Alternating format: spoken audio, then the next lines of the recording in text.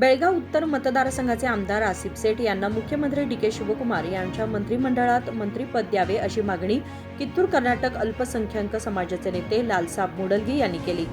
मंगळवारी बेळगावमध्ये पत्रकार परिषदेत बोलताना त्यांनी सांगितले की बेळगाव जिल्ह्यातील मुस्लिम समाजाचे एकमेव आमदार आसिफ सेठ यांना मंत्रिपद मिळावे, तसेच माजी मंत्री सतीश जारकिहोळी यांना उपमुख्यमंत्री पदासह केपीसीसी अध्यक्षपद द्यावे अशी मागणी करण्यात येणार आहे।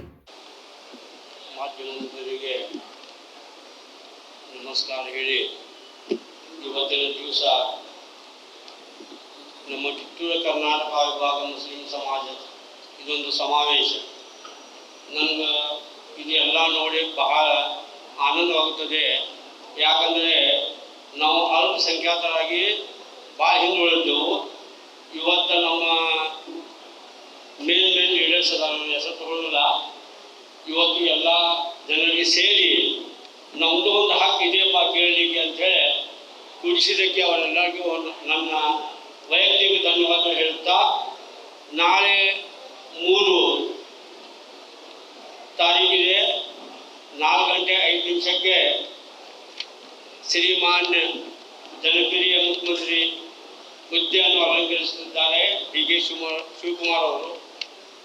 ನಮ್ಮ ಬೆಳಗಾವಿ ಜಿಲ್ಲೆ ಅಲ್ಪಸಂಖ್ಯಾತರಾಗಲಿ ಬಹುಸಂಖ್ಯಾತರಾಗಲಿ ಎಲ್ಲ ವತಿಯಿಂದ ಅವ್ರಿಗೆ ಶುಭ ಆಗಲಿ ಅಂಥೇಳಿ ಹಾರೈಸಿ, ಇವತ್ತಿನ ನಾವು ಏನು ಎಲ್ಲರೂ ಸೇರಿದ್ದೇವೆ,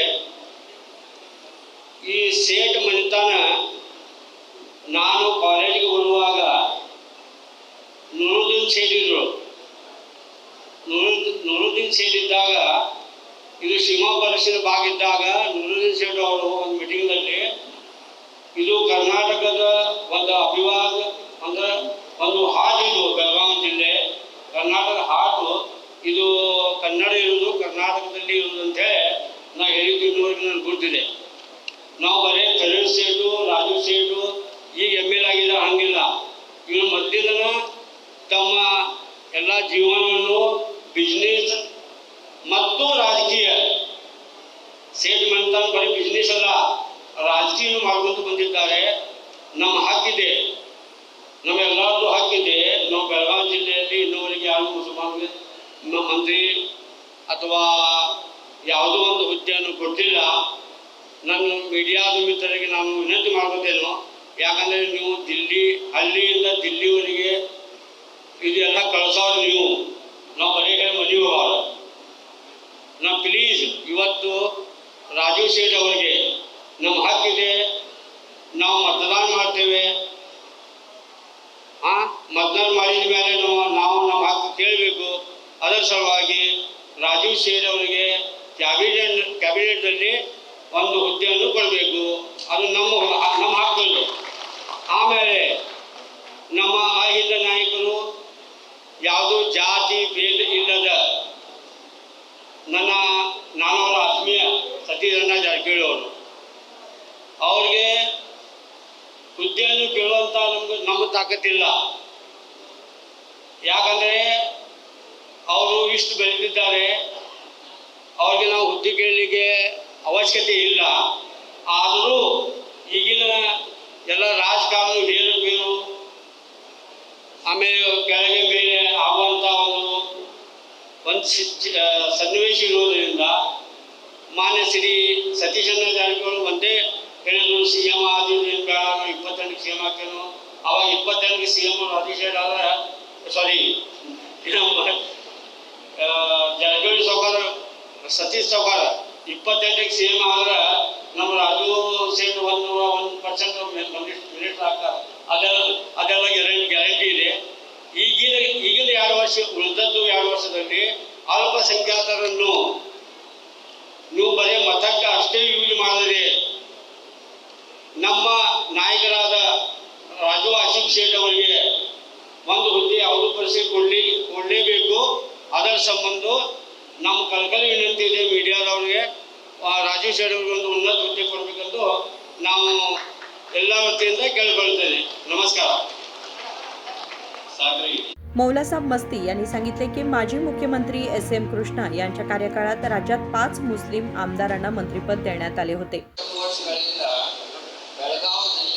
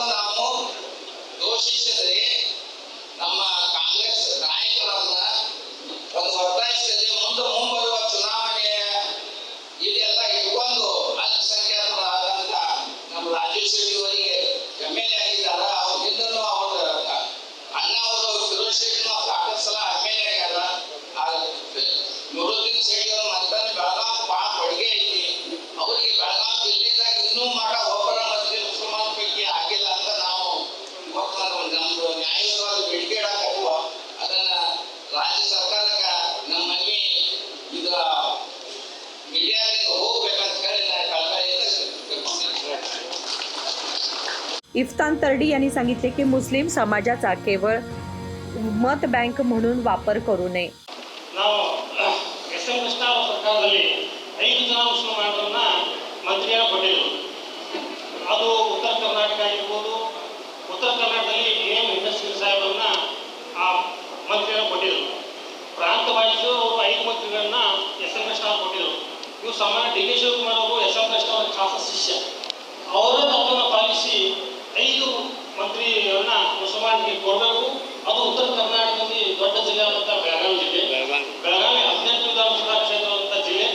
ಈ 18 ವಿಧಾನಸಭಾ ಕ್ಷೇತ್ರದಲ್ಲಿ ಏಕೈಕ ಮುಸ್ಲಿಂ ಶಾಸಕರು ಅಂದರೆ ನಮ್ಮ ರಾಜು ಸೇಠ್ ಅವರು ನಾವು ಯಾವುದೇ ಭಾಗದಿಂದ ಬಂದರೂ ಸಹಿತ ಅವರು ಯಾವ ಕ್ಷೇತ್ರವನ್ನು ಪರಿಗಣಿಸದೆ ಅವರು ನಮ್ಮ ಜಿಲ್ಲಾ ಮಟ್ಟದ ಜಿಲ್ಲಾ ಹಂತದಲ್ಲಿ ಎಲ್ಲರನ್ನು ವಿಶ್ವಾಸ ತಗೊಂಡು ಎಲ್ಲ ಸಮುದಾಯದ ವಿಶ್ವಾಸ ತಗೊಂಡು ಕೆಲಸ ಮಾಡತಕ್ಕಂಥ ವ್ಯಕ್ತಿ ಇದ್ದಾರೆ. ಈ 18 ಜಿಲ್ಲೆಗೆ ಏಕೈಕ ಮುಸ್ಲಿಂ ಶಾಸಕರಾದಂಥ ಸಾಮಾನ್ಯ ರಾಜು ಸೇಠ್ ಅವರನ್ನ ಮಂತ್ರಿಯನ್ನ ಮಾಡಬೇಕು. ಇದರಿಂದ ದೊಡ್ಡ ಜಿಲ್ಲೆಗೆ ಇರ್ತಕ್ಕಂಥ ಇದಕ್ಕೆ ಮತ್ತು ಹೆಚ್ಚಿನ ಪ್ರಮಾಣದಲ್ಲಿ ಅಲ್ಪಸಂಖ್ಯಾತರು ಈ ಭಾಗದಲ್ಲಿ ಇರುವುದರಿಂದ ಅವರಿಗೆ ಸಚಿವ ಸ್ಥಾನ ನೀಡಬೇಕಂತ ಹೇಳಿ ನಾವು ಒಕ್ಕೂಟವನ್ನ ಒತ್ತಾಯಿಸ್ತೇವೆ. ನೀವು ನಿತಿನ್ ಟೂಡೆದು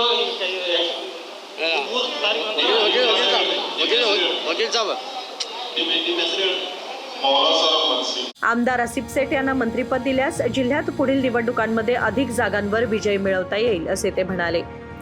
विनोद कोलकार, KMM मराठी, बेळगाव.